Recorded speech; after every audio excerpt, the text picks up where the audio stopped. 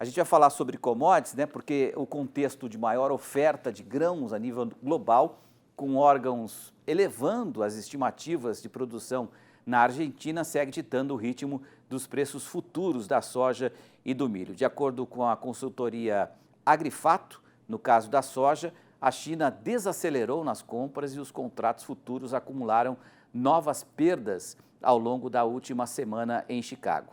No caso do milho, o mercado interno também encerrou a semana passada com baixas devido aos compradores mais retraídos, com a desvalorização superior a 2%.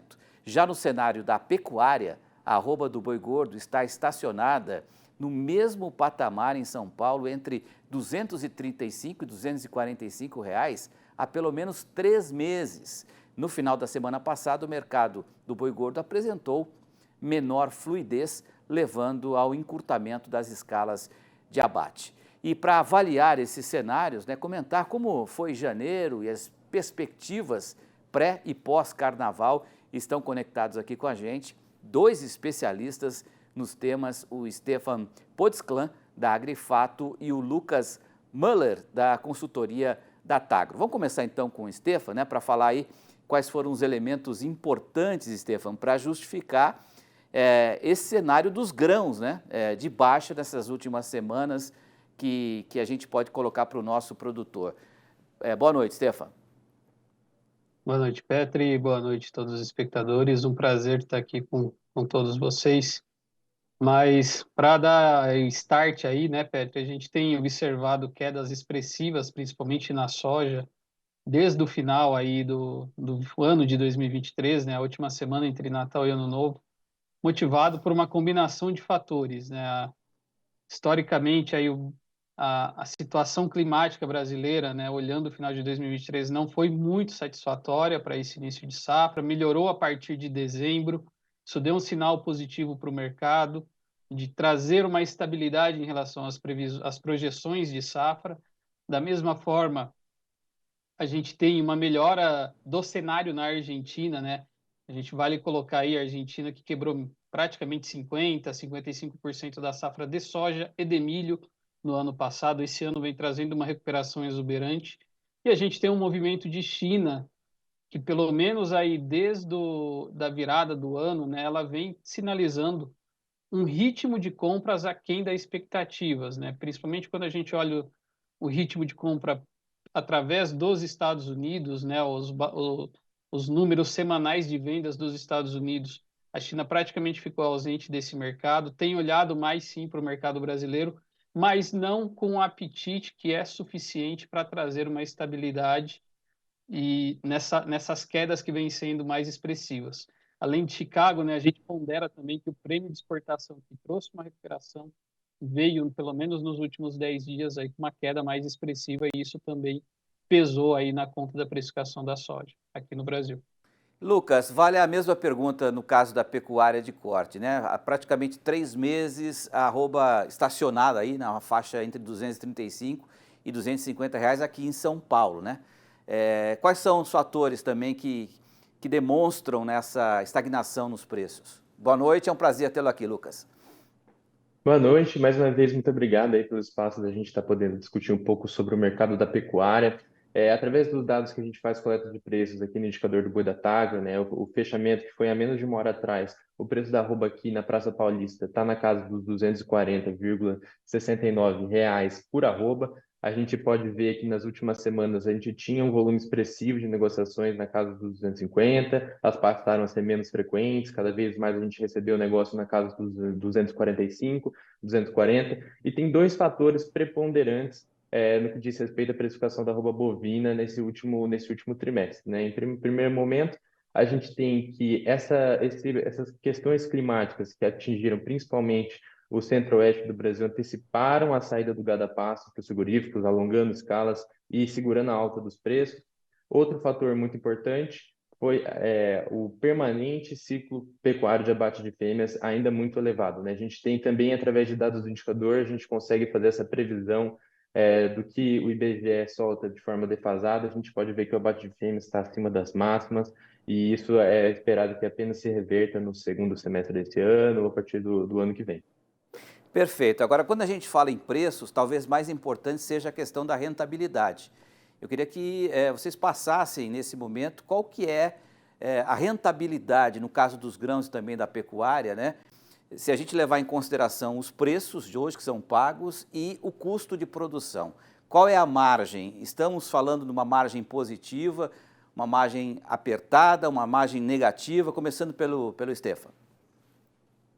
Bom, vamos lá, Petri. Está um cenário mais delicado para o sojicultor, né? A gente vinha com preços, vamos falar aqui de Mato Grosso, final do ano ali, beirando a casa dos 120, até algumas ofertas até mais interessantes, né? Um custo de produção que fechou ali da ordem de 105, R$ 100 por saca, e hoje, né, até custos melhores, a gente teve algumas indicações aí no patamar de 90, 95, só que hoje a gente vê a precificação da soja já nessa casa de R$ 90 a saca em Mato Grosso, aproximadamente, 90, R$ 100, e isso praticamente, né, traz um cenário muito ruim em questão de rentabilidade, fechando até abaixo do custo de produção, né? E essas perdas também, principalmente esses agricultores que tiveram os primeiros plantios ali em outubro, né, uma baixa produtividade, combinando com esse cenário de preços, ele não é saudável aí financeiramente para o sojicultor nesse momento. Só que quem tem milho estocado, né, de alguma forma aí da segunda safra do ano passado, que foi recorde, né, tem olhado aí final do ano, que foi de momentos muito bons de preço, tivemos um arrefecimento de mercado agora, mas vai um pouco em função dessa queda do preço da soja, que também acaba levando o agricultor a olhar com mais atenção para esse milho que ele tem em estoque e talvez comercializar ele num patamar mais interessante. E no caso da pecuária, Lucas? Perfeito. A gente vê que o produtor, né, o confinador aqui de São Paulo, passou por 2 anos com uma margem mais apertada, principalmente quando a arroba chegou no patamar dos R$ 200. Mas agora, com o mercado de grãos ainda baixo e com o preço da reposição muito atrativo para os confinadores, a gente pode ver que pode estimar um custo de produção entre R$ 200 a R$ 210 na arroba, isso para os confinadores aqui de São Paulo. Já os criadores, eles estão sofrendo um pouco com os preços mais baixos dos animais de reposição, o que justamente aumenta essa oferta de fêmeas, né? E devido a essa conjuntura que favorece ao confinamento paulista, a gente fez essa rodada através do indicador do boi na estrada, então nessa última semana a gente rodou os principais confinadores aqui do estado de São Paulo, e a gente pôde notar que os confinamentos estão bem cheios, essa oferta deve chegar no mercado lá para abril e maio. Perfeito. Vamos falar um pouco sobre 2024, então, né? Pelo menos expectativa de vocês, que é muito importante sinalizar isso para o nosso telespectador. Nós estamos no dia 29 de janeiro. Qual que é a expectativa em termos para o ano de 2024, se a gente levar em conta um dos fatores, talvez um dos mais importantes, que é a questão da exportação. A gente falou da China agora, né? Da crise que se avizinha na China, mas o Brasil vem abrindo novos mercados, né? No caso dos grãos, você vê um 2024 com alguma esperança de reverter esse quadro, Stefan? Bom, Petri, a gente tem que ponderar aqui que tem alguns fatores em jogo aí, né? Não, a China é o maior comprador de soja, né, a nível global, tem aí um consumo da ordem de 110, 115 milhões de toneladas, né? Um pouco mais aí do que é o dobro praticamente do que a Argentina produz em anos normais. Só que a gente tem um contexto que a gente tem que olhar também para o cenário norte-americano, que vai ter um início de safra próximo aí no curto prazo, e dependendo do que acontecer nesse cenário norte-americano, né, os problemas com oferta têm gerado mais estresse, sim, na precificação do mercado. Isso pode trazer algum sinal mais positivo, né? Principalmente aí para o agricultor que precisa comercializar, que está pouco vendido, vai ter volatilidade, né? Isso sempre está no jogo do mercado de grãos. Então, olhar para a China, sempre a gente tem que estar olhando sim o que acontece, porque ela é o principal player de consumo, olhando para a soja, mas a gente tem que olhar também o que acontece no cenário de oferta dos demais players para ter uma percepção de momento sobre comercialização e também trazer uma expectativa de recuperação de preços.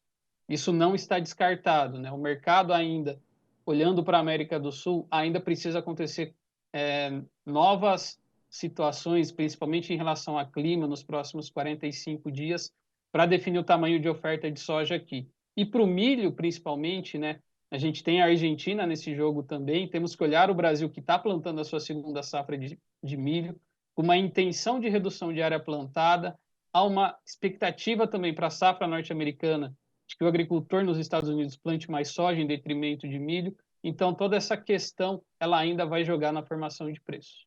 No caso da pecuária... Pois não, pode completar. E principalmente falando aí do fator climático, né? Ele, sem chuva e dependendo de temperatura, né, é o que define aí o tamanho da produção. Não adianta ter só elevação ou decréscimo de área plantada, mas o clima aí é preponderante. Pois é, e a pecuária bateu recordes, né? A exportação de carne bovina com ótimas receitas nos últimos anos, né, Lucas? Mas a gente acabou de apresentar uma situação da China que preocupa e é o maior comprador. Qual que é a expectativa de vocês em relação a 2024 e as importações pela China? Perfeito. A gente tem que, nesse começo de semestre, o que vem sustentando o preço da roupa é o mercado interno, com relação à carne bovina, né? Esses períodos de festividade, de carnaval, de volta às aulas, são muito importantes para fluir a demanda no mercado interno.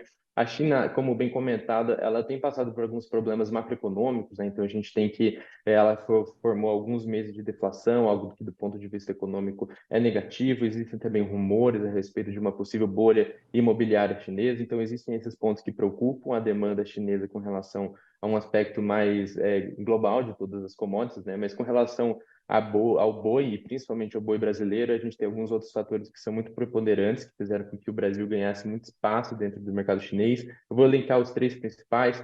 Primeiro, comentando um pouco sobre os Estados Unidos, né? A gente tem que o abate de fêmeas está muito elevado, acima das máximas dos últimos 30 anos, enquanto isso a oferta está muito baixa, o que significa que os Estados Unidos está precisando comprar animais vivos do México, Canadá e também importar carne. Outro fator, ele também ampliou e tirou as cotas da Austrália, então a Austrália vai estar, entre aspas, ocupada, suprindo esse mercado americano. Enquanto isso, a Argentina, com esse novo governo do Milei, tem passado por algumas reformas econômicas que exigem uma balança comercial positiva, então dessa forma as retenções, né, que impossibilitam os produtores ou desincentivam a exportação de produtores argentinos, também foi aumentada.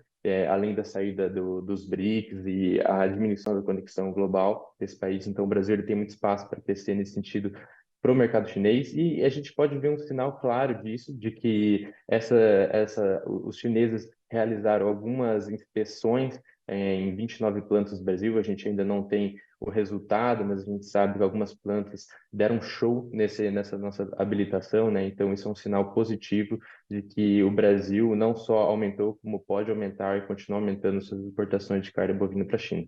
Perfeito. Eu conversei com o Lucas Müller, da Datagro. Obrigado aí pela sua análise, Lucas. Uma boa noite, espero tê-lo aqui em outras oportunidades.